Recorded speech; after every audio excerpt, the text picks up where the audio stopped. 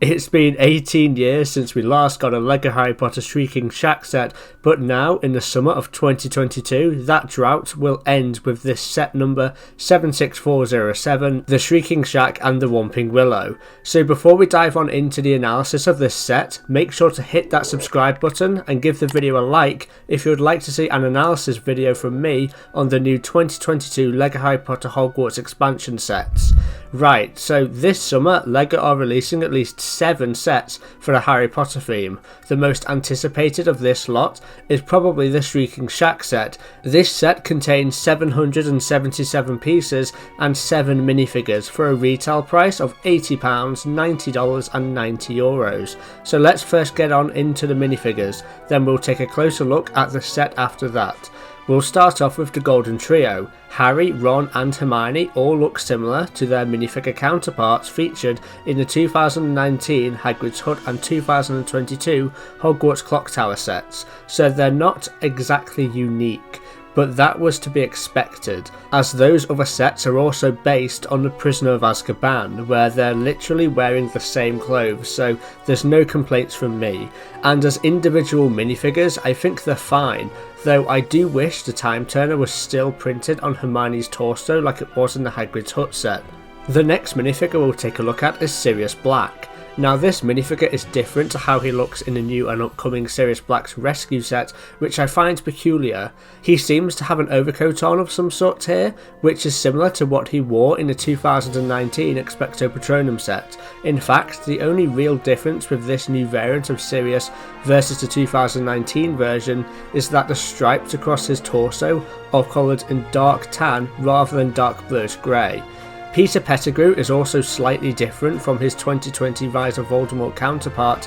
I think the faceprint is a bit of a downgrade from this previous version, but they've still managed to maintain his rat-like appearance, which is the important thing. Also, they've gone ahead and changed the stitching colour on his clothes from yellow to brown.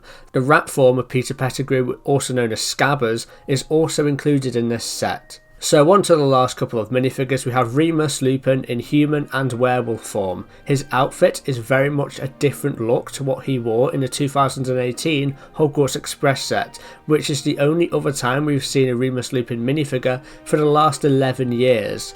In the Hogwarts Express set, he had a beard and he wore a ragged olive green shirt with a dark bluish grey overcoat, while in the new 2022 Shrieking Shack set, he's beardless and wears a dark tan suit over a light grey pinstripe shirt, though he still looks patchy as ever, which is of course accurate to the source material. His werewolf form, however, is completely new. In the last Shrieking Shack set, which was released in 2004, the werewolf figure took form of a sort of wolf-head Lupin.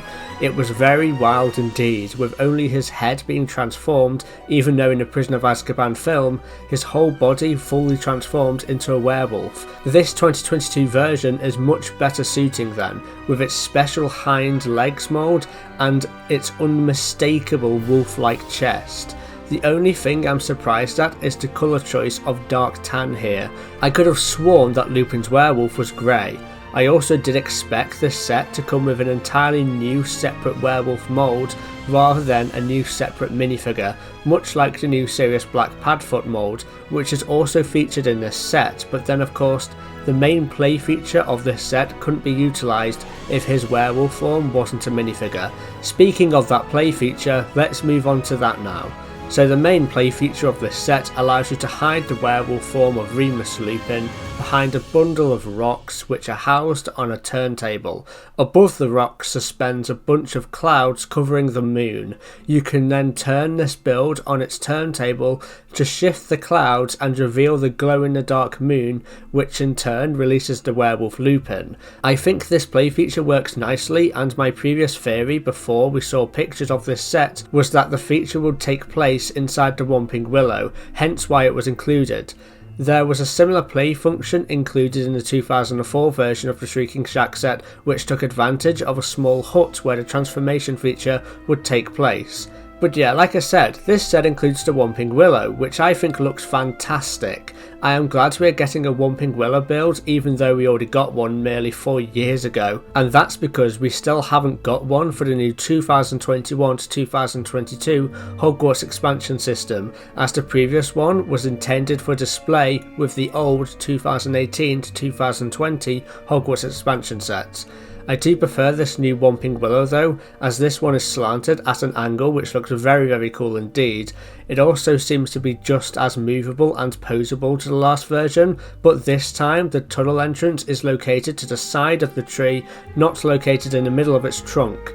Onto the Shrieking Shack itself, on the exterior it looks exactly how I hoped it would look, which is to say, excellent. I think the size is right and seems to be in scale with the last year's Hogsmeade Village visit set, so naturally I'm going to be putting these two sets together like I'm sure you guys will be doing also. I just love the detail on this exterior and everything from the boarded up windows to the little clumps of snow on the window ledges. I just think it looks marvellous. On the inside we have two rooms. The bottom room can be accessed via the front door, but also a little secret side panel which can be swung upwards. In here there's not really much, just a bit of a table and a small chair, quite disappointing really, but in the upstairs room you get a bit more stuff you'd expect, such as the mantelpiece and fireplace, also the bed which Ron lays on with his broken leg, and of course the old rusty piano. We also get a small picture on the wall, but I can't really make out what it is. If any of you guys know what it is, then make sure to let me know down in the comment section below. Overall, I think this set is absolutely fantastic, an easy 9 out of 10. I do wish though that we got a new and exclusive Severus Snape minifigure with the invisibility cloak in this set, as I think the price point of $90 is a little bit high, but honestly that's the only real fault I can draw from this set, and I can't wait to pick it up and build it on release day this June.